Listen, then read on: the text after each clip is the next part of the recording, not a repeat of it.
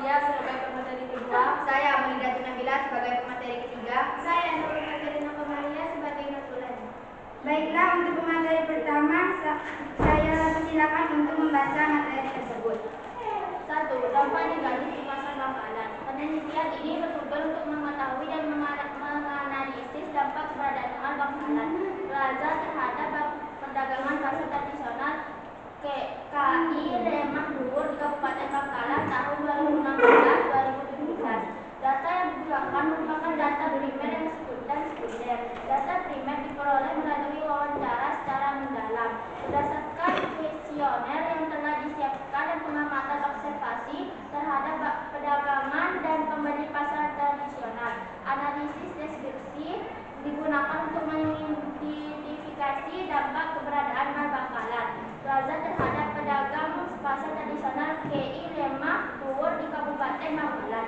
Berdasarkan hasil wawancara, terbukti bahwa keberadaan Mal Bangkalan Plaza berdampak pada pedagang pasar tradisional KI Lemah Luhur, Kabupaten Bangkalan. Hal itu tampak adanya perubahan omset penjualan sesudah keberadaan Mal Bangkalan Plaza. Pedagang mempunyai strategi khusus dalam menanggapi penurunan omset akibat keberadaan Mal Bangkalan Plaza dengan memilih mengambil untung sedikit.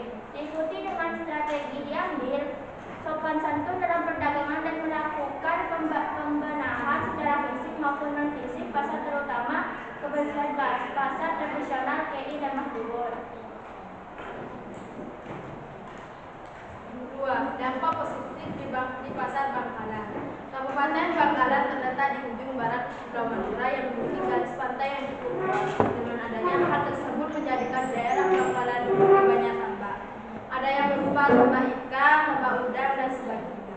Hal ini dibuktikan dengan sebagian masyarakat juga berprofesi sebagai nelayan ataupun pembudidaya. Ikan potensi yang bisa dikembangkan berupa komoditas udang sebagai komoditas utama tambak di daerah Bangkalan. Komoditas udang seharusnya bisa bertahan dan harganya bisa tetap stabil walaupun di masa pandemi. Dari sektor keuntungan seharusnya udang bisa saja menjadi sangat menguntungkan dilihat dari masa pandemi yang menyebabkan permintaan pasar menjadi meningkat. Hal ini bisa sangat menguntungkan bagi pekerja tambak udang yang konsisten dalam hasil panennya. 3. Dampak negatif di pasar sampah. Para pedagang di pasar Limangunan, Kabupaten Sampang Madura yang berjualan di sisi selatan, tepatnya Jalan Cikatan dan Indrawati, harus mengelus dada mengapa tidak. Lapak mereka digusur oleh pemerintah daerah sebagai pilihan untuk direlokasi. Pedagang dinilai telah berjualan di jalan raya sehingga mengganggu pengendara. Ya. Pedagang sayur asal berjualan di lokasi Sampang mengatakan bahwa jika dirinya bersama pedagang lain telah berjualan di lokasi sedangkan sudah lebih 10 tahun lamanya. Dalam berjualan sayur setiap hari hanya mendapatkan keuntungan rata-rata 100.000. Beda lagi di momen besar seperti hari raya, perolehan bisa meningkatnya tidak signifikan, beberapa saja karena hanya jualan sayur, ujarnya, akan tetapi penghasilan tidak seberapa, itu akan berkurang akibat penggusuran dan relokasi, sebab keberadaan pelanggan akan berkurang karena harus berjualan di tempat lain. 4. Dampak positif di pasar Sampang. Sampang, Jawa Timur antara pemerintah Kabupaten Pemkab Sampang, Jawa Timur mengembangkan pasar tradisional Limangunan menjadi pusat grosir sebagai upaya untuk meningkatkan perekonomian daerah.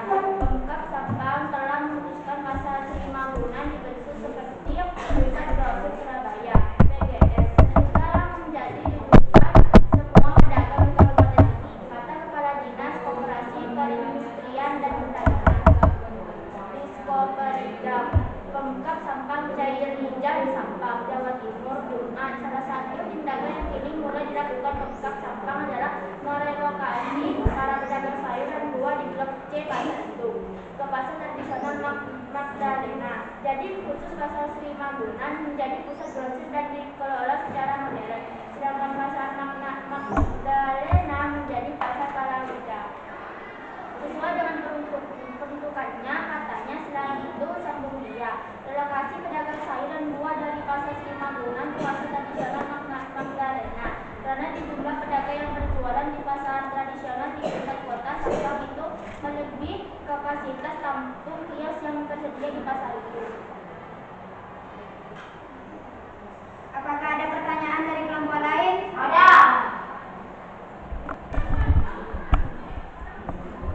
Ada berapa tambah di pasar Bangkalan? Baiklah, saya akan menjawab pertanyaan dari Lila. Dengan adanya hal tersebut menjadikan daerah Bangkalan memiliki banyak tambah. Ada yang berupa tambah ikan, tambah udang, dan sebagainya. Hal ini dibuktikan dengan sebagian masyarakat juga berprofesi sebagai nelayan ataupun membudidaya ikan. Baik, apakah jawaban kami bisa dipahami? Bisa.